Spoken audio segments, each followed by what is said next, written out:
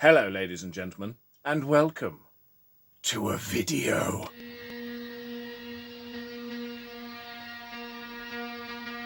Why won't you die? The reason for this video is very simple. At the end of 2023, I was in a conversation with a female who is insane and has a foot fetish. Her name is Jen, from the Retro Rivals. She's this one. No, wait. Actually, she's that one. I got it wrong. You see, Jen told me that in 2023, she managed to beat 50 games. She completed 50 video games. My response to this was obvious. Bullshit. No way can you beat 50 games in a year. And I thought, how many games can I beat in a year? I've never counted. I have no idea how many games I've beaten in my life, let alone a year. So I set myself the task to try and beat 50 games. And I did it. And that's what this video is about, in case you hadn't figured that bit out. Here they are! The games I picked are actually incredibly random. I did that specifically. I wanted to see if I could do modern games, retro games, games I've never played, games I have played, completely screw it up. The only thing that happens now and then throughout this list is there are Pokemon games. And that's because once a week I meet up with a friend of mine, you may know him as Comic Rob, and we do a 2-player Nuzlocke challenge on Pokemon games. It's to actually make sure I still have a social life, and it kind of works. It's great fun, it's kind of challenging, we got some stupid rules we've made up. If you've never done a Nuzlocke, I recommend it if you like Pokemon games, and if you can work the rules to do 2-player, it's 1,000 times more fun. So that's the only thing you're going to see pop up from time to time in this list. A Pokemon game here and there, but everything else is as random as I could make it. First up is Dedus, or Dedius, I don't really know how to pronounce it, for the Game Boy. This is actually a fairly new game, in fact I did a Let's Play of it once, but here I made sure to do all of the possible endings. It's great fun, but once you've done all that endings, I do question the replayability of this one.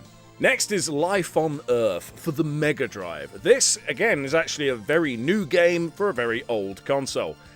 It's brilliant, it's tough, challenging, epic graphics, fantastic game. If you can play it, if you can find a way to play it, you need to play it.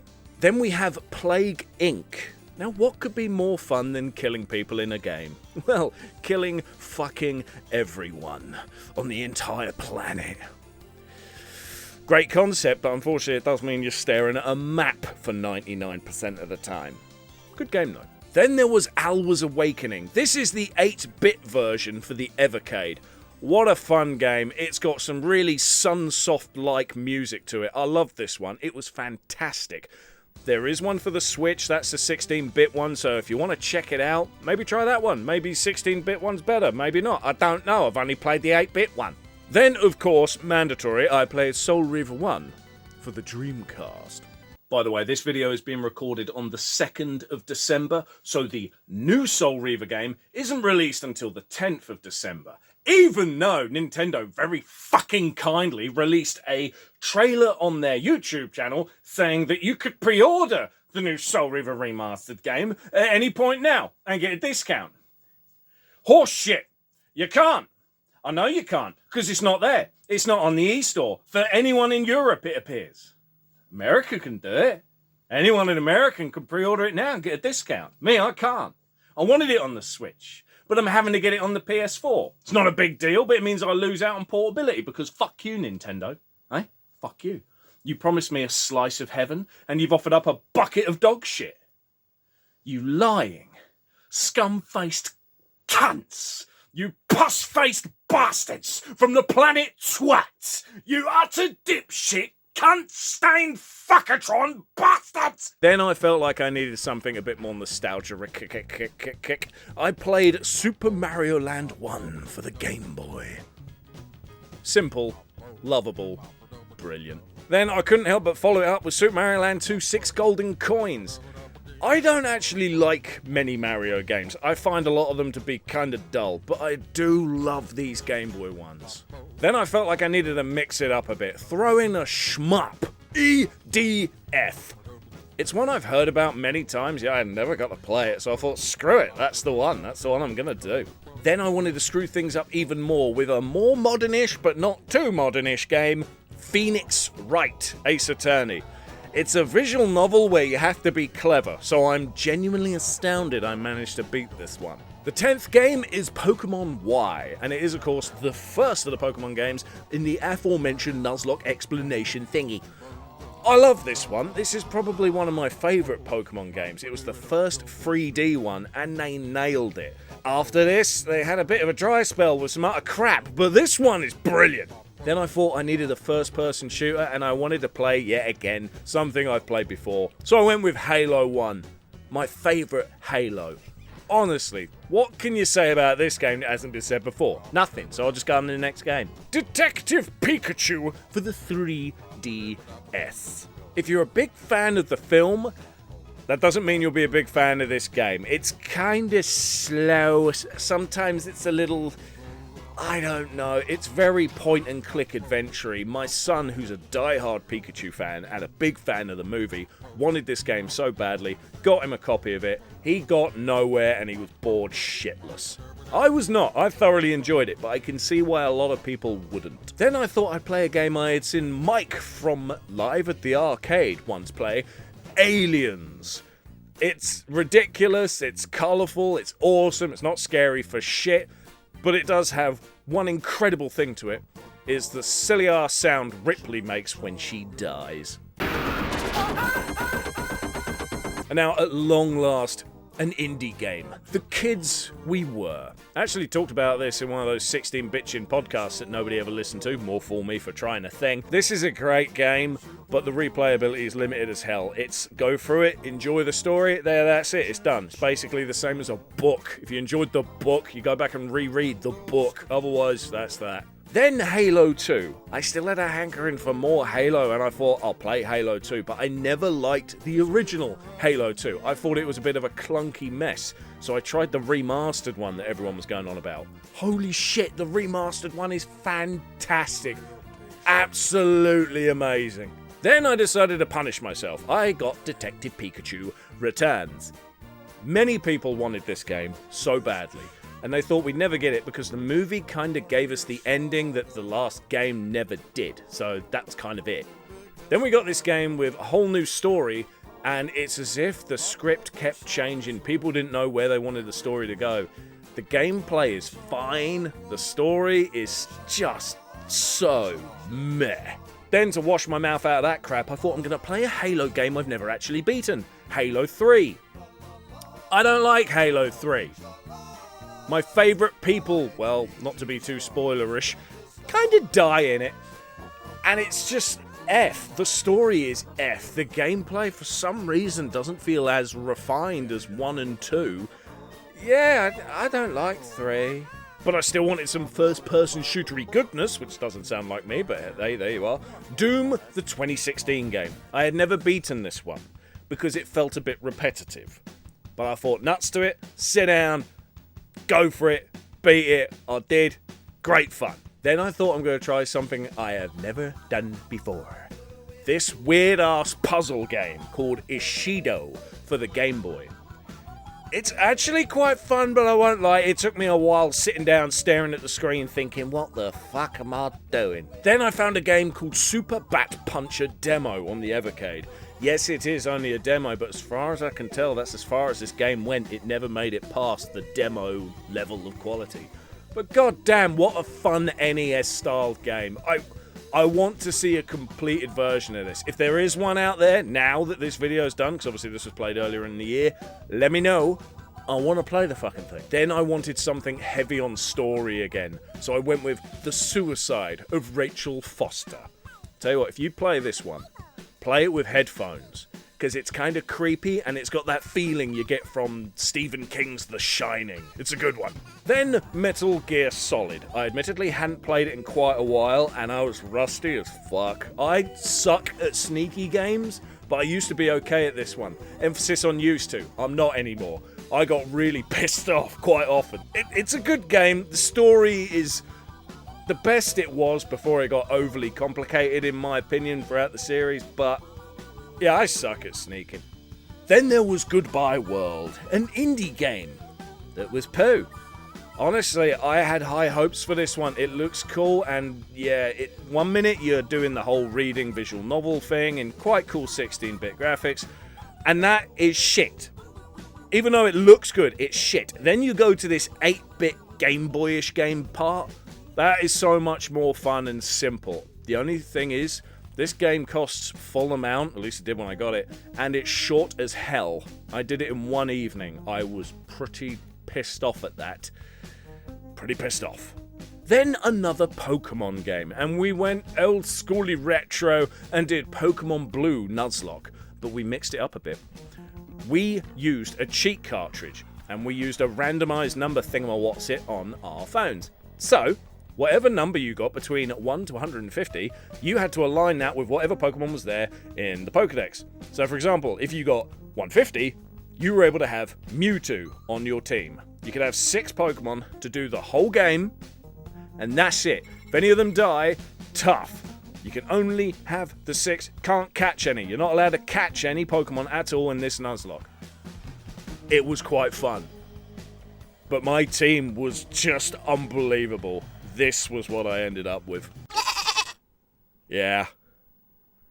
Fucking hell, hey. Then I wanted to keep it simple. Everything had been a bit complicated up to this point for one reason or another, so I just wanted to sit down and play something good old school goodiness. That made sense, didn't it? Yeah, fuck you. Sonic 1 on the Master System. You can't go wrong. You just can't. Then a game I had only heard about in weird little circles of gamer weirdos, which I am a part of. Stanley Parable for the Switch. This game is strange. I mean, I don't know if I 100% completed it because it starts again and again and again in so many different ways, so many times. But I got to the point where I could no longer make anything new happen, so I'm guessing I've beaten it. I don't want to look up any walkthroughs. I might play it again someday and find new shit. But this is a really cool game for people that like trippiness and fun stories and are a bit more open-minded to gaming. Then I felt like playing another arcade game, so I went with Teenage Mutant Ninja Turtles. Many people have gone on about this one like mad, and I had never played it, but I sat down and beat it. Then I found a new indie game for the Switch, The Last Campfire. I loved this. I was addicted to the damn thing. I couldn't put it down. I was going to bed late when I had work the next day because I was playing The Last fucking Campfire. This is some good shit. Well worth trying. If you like puzzles and you think you're a good gamer, this is a good test. Go for it. Then I found a really cool retro 16-bit kind of game. Indie one, 1980X.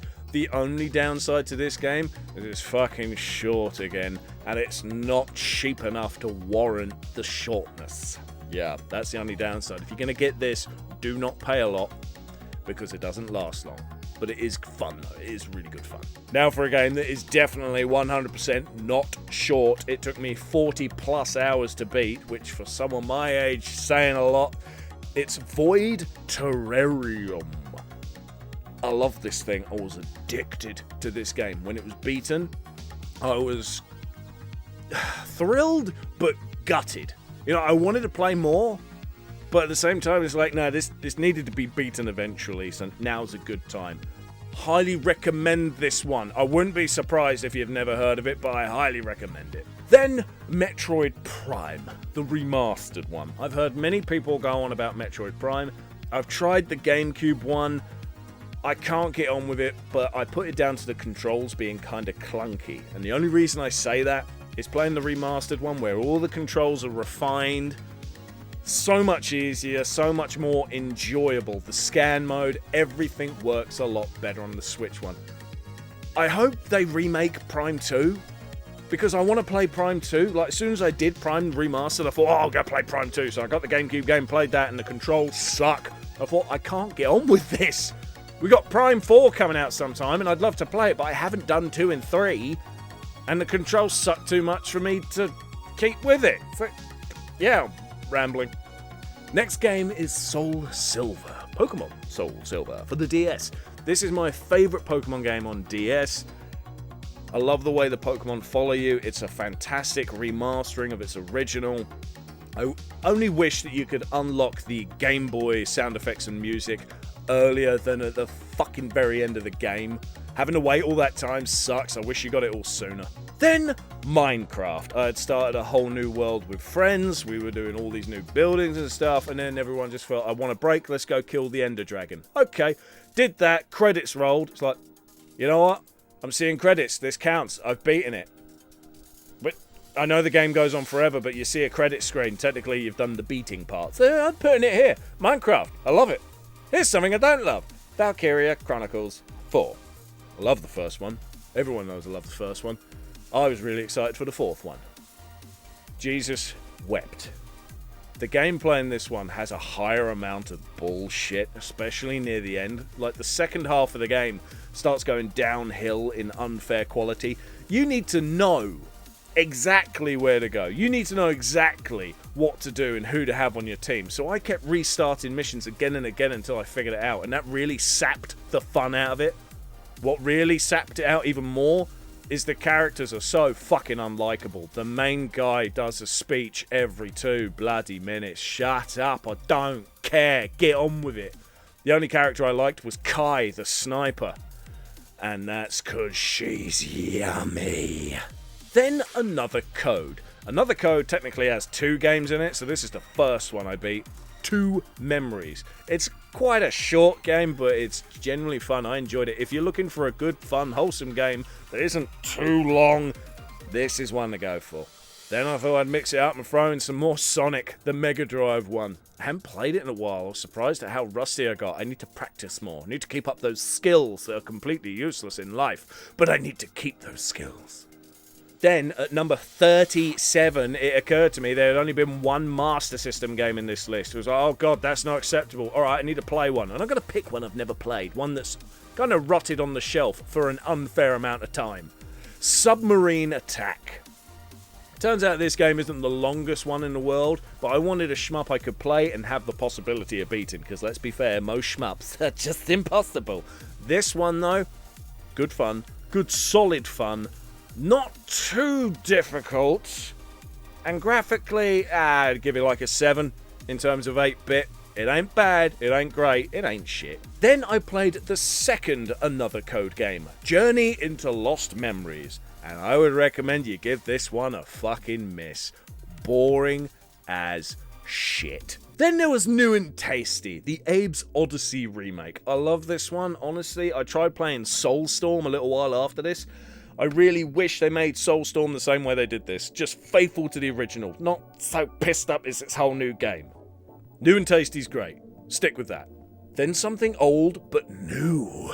Yars Rising. This started off really, really well, but it kind of went on for a little too long without anything new happening. It's very repetitive after a while. It's good fun if you like your Metroidvania style games, because that's what this is at its heart. But yeah, you'll get to a point where you're like, everywhere looks the same. Bit of a shame. Then next for the Nuzlocke is Pokemon Black 2. I have to say, this game is crap. The first Black 1, whatever, was kind of boring and a little dull. The Pokedex is F, the areas are naff, it's just meh. Black 2's like, here's the same thing again, but at an all-new price. Yeah, fuck you. Then another arcade game, Alien vs Predator. Really fun. Really short, but then again it's an arcade game. Really fun with friends. Then I wanted some nostalgia, and it didn't work very well. I played Tekken 1 for the PlayStation 1. This game has not aged very well functionally. I sucked. Doing anything to hurt your enemies is impossible unless I'm using Yoshimitsu. Everyone else just kicks my ass. This game is a bastard. So I tried looking for nostalgia elsewhere in a form that I could actually do. I played Serpent for the Game Boy. This game is the tits. I truly love it. Then I got hold of a Pokemon hack. Pokemon Wasteland for the Game Boy. Whole new story, whole new gameplay, kind of challenging, but very short. This is a good, fun game. If you love old school Pokemon, but you need something new, this is it. Pokemon Wasteland, check it out. Then Rob, who had only recently got himself a Nintendo Switch, decided, let's do a Nuzlocke with one of the Switch games. He said, I want to play Pokemon Scarlet. Okay, so we did. And I have to say, when I first played this game, I got bored very quick. But when we were playing it with the 2-player Nuzlocke plan, so much more fun. Then I wanted to play The Last of Us. I won't lie, I had been turned away from The Last of Us because I hated the second game. I don't want to watch the fucking series that's on. The actress pisses me off with a her, he, them, she, bugger off, whatever you are, you cabbage-brained twat. I had been put off with The Last of Us. So I thought I will go back and play the first one, which I haven't played in ages. And there it was. I remembered so quickly. The first game is a masterpiece. It should have just ended there and been a classic forever. Then I wanted to play something new. The Uncertain. And I'm uncertain what the fuck was going on with this game. It just sort of ends abruptly. I mean, it's a really cool concept, how you're a robot in a world where the humans are pretty much fucked. But it just can't seem to keep a hold of itself. It doesn't know where it's going with anything. It loses itself. Yeah, I can't recommend it because of that. Then Streets of Rage 4. I just wanted to play it. I don't need a reason. Streets of Rage 4. It's fucking amazing. There you go. And then this was not planned at all. I just happened to be playing 2-player Toe Jam and Earl with Rob. We beat the bloody thing again. And then he just said, isn't that your 50th game? Like, holy shit, you're right. I've ended this list on Toe Jam and fucking Earl, which I have to say has not aged very well. The gameplay is clunky, frustrating, the enemies are shit, and the boogeyman can go right to bloody hell. And there you have it. Those are my 50 games that somehow I magically managed to beat. And I know what you're thinking. Bullshit. Well, no, I did actually manage to do it. There are a few honorary mentions. I'm currently playing a game called Sparklight, indie game for the Switch. Honestly, I'm having a ton of fun with it. I thought I would beat that in time, but no. I'm also playing Hellblade. It's like the game of the month between us guys of Retro Refresh. I got about halfway, and I haven't had a chance to play it in 2 bloody weeks. So, I'll have to fix that sometime soon, won't I? And maybe one of you thinking, does this mean Sega Head has returned? Is the channel back to life? And I can tell you, with all honesty, the answer is no.